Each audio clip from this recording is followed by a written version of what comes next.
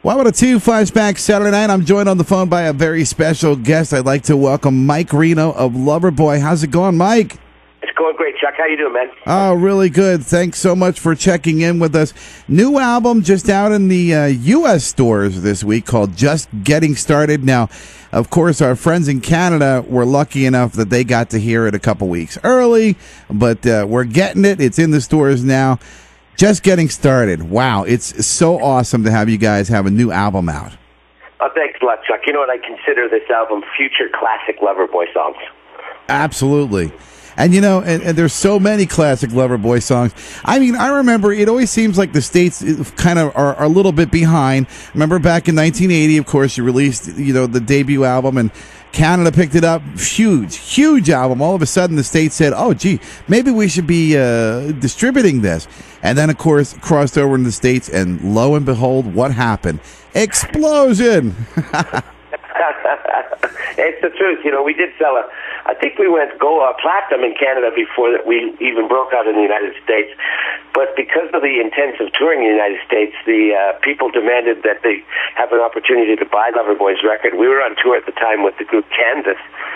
And every night we played, people were trying to get the album, and finally CBS in New York, which is now Sony, they decided to say, let's get a few truckloads of these records out there for everybody, and the rest is history, because we went on to go multi-platinum on all those first records. Yeah, so many great songs, and I mean, you know, the anthem that you hear so much, Working for the Weekend. I mean, do you ever get tired of playing that in concert?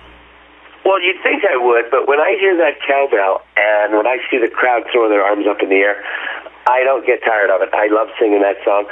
That would be the song, I think, if I had to put one song in a time capsule and to represent Loverboy's sound, that would probably be it. Awesome. Now, what can folks expect from the new album, Just Getting Started? Same old Loverboy sound, or is there a little bit of a different change up to it?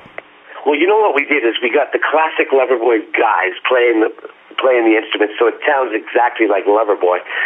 But what we did is we got some young guys involved to make sure that it has a fresh new mix, so it has a 2007 sound.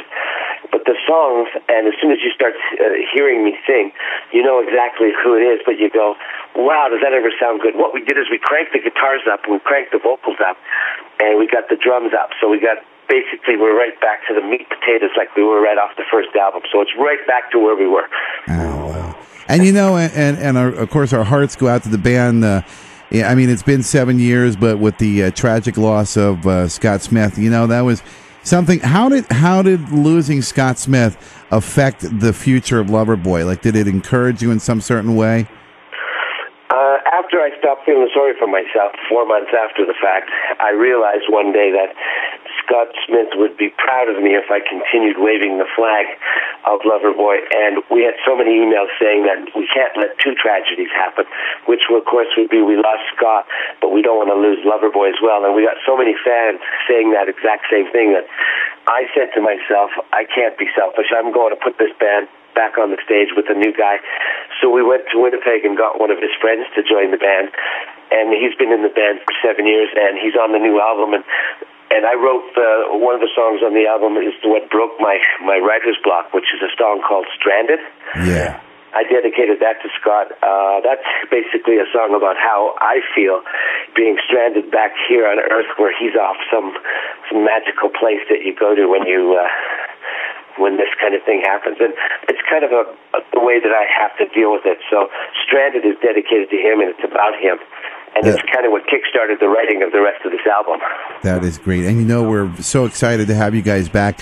And I myself am a native Canadian from the Toronto area, and I miss it. And I always love when my fellow countrymen are like hitting the charts and are playing the tunes. I mean, so many great bands have come from up north, and I'm so glad that Loverboy is, you know, back out there and touring. In fact, you're going to be in our area December 14th at a place called Penn's Peak in Jim Thorpe, and we're looking forward to having you in town and having a great show. I'm sure you guys are still awesome live.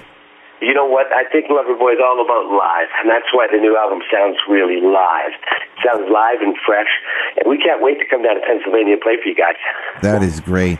And we're on the phone with Mike Reno, our Loverboy. Mike, thank you so much for taking some time out to join us. We're looking forward to having you in town. Don't forget, folks, get to the record stores, pick it up. Brand new Loverboy CD called Just Getting Started. Mike, thanks so much for coming on the show tonight. You're welcome, Chuck. It's always a pleasure, man.